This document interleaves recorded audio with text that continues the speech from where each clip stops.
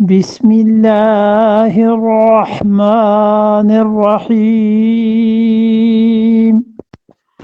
ولا تكونوا كالذين تفرقوا واختلفوا من بعد ما جاءهم البينات وأولئك لهم عذاب عظيم۔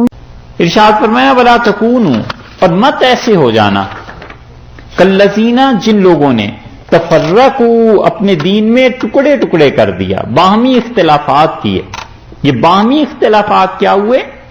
واختلفوا، ایک تو باہمی اختلافات تفرقوا، ٹکڑے ٹکڑے ہو گئے قومیت کی بنیاد پہ، ایک دوسرے کو نقصان دینے کی وجہ سے۔ ایک واختلفوا، اور انہوں نے اختلاف کیا اپنے مذہب میں۔ دو لفظ ارشاد فرمائے ہیں، تفرقوا اور واختلفوا۔ بعض رات کہتے ہیں دونوں کا مطلب ایک ہی ہے کہ اس طرح نہ ہو جانا جس طرح وہ قومیں ہو گئیں جنہوں نے آپس میں ایک دوسرے سے اختلاف کیا اور ٹکڑوں میں بٹ گئے، ایک چیز۔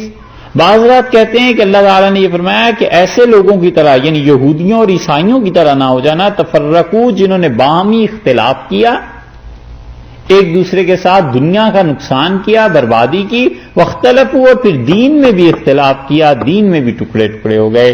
من بعد، اس کے بعد کہ ما جاءہم، آ گیا تھا ان کے پاس، البینات، واضح دلائل اللہ نے بھیج دیے تھے، اس کے باوجود انہوں نے قوم کو ٹکڑے ٹکڑے کر دیا، اس کے باوجود قوم میں اختلاف برپا کر دیا۔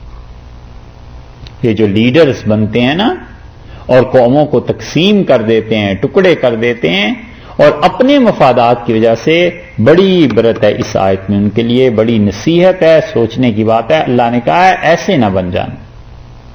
یہ لیڈرز، ان سے جا کے ملو تو تھوڑا سا ذرا سا قریب ہو تو پتا چلتا ہے صاحب یہ سارا ہنگامہ شہر میں اس لیے ہے کہ اپنے بھائی کو میئر بنوانا،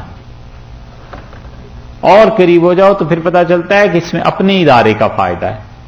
اس سے بھی گھٹیا حرکت کہ ہمارا نام نہیں رہے گا، اگر ہم مان گئے تو ہیٹے ہو جائیں گے۔ لیکن پیش اس رنگ سے کرنا ہے کہ دیکھو اگر یہ ہو گیا تو مسلمان پٹ گئے، اسلام ہار گیا۔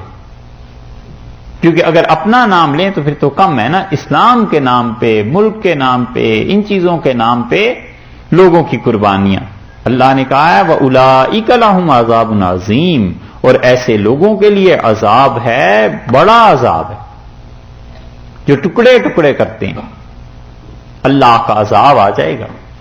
حضرت ابوبکر رضی اللہ عنہ کی خلافت پہ سب نے بیعت کر لی تھی، اور ایک صحابی رضی اللہ عنہ نے کہا میں نہیں مانتا، اور حضرت ابوبکر رضی اللہ عنہ کی بیعت نہیں کی۔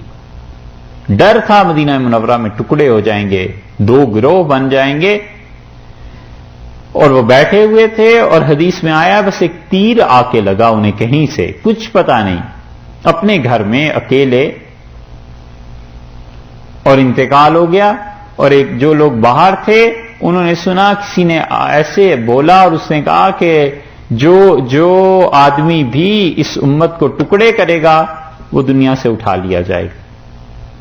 صحابہ رضی اللہ عنہ کہتے ہیں ہم نہیں سمجھے اس جملے کا کیا مطلب ہے، اور کچھ ہی دیر کے بعد کسی نے ان کے گھر سے کہا کہ ان کو تو تیر کسی نے مار دیا، اور کچھ پتہ نہیں چلا۔ ہم سمجھ گئے کہ وہ جو آواز تھی غیب سے کچھ ایسی چیز ہو گئی ہے، کوئی نہیں جانتا کہ وہ تیر کہاں سے آیا ہے۔ اور ظاہر ہے کہ صحابہ کرام رضی اللہ عنہ تو ایسے نہیں تھے، علیہ باللہ تو بڑے لوگ تھے۔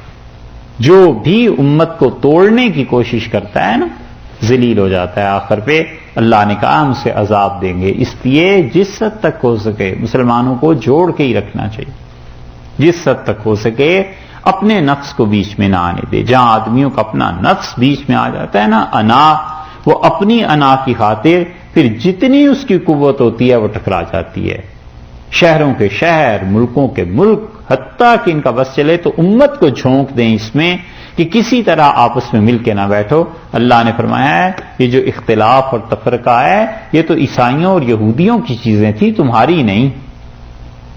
وَأُولَئِكَ لَهُمْ عَذَابٌ عَظِيمٌ، اور ان کے لیے بڑا عذاب ہے۔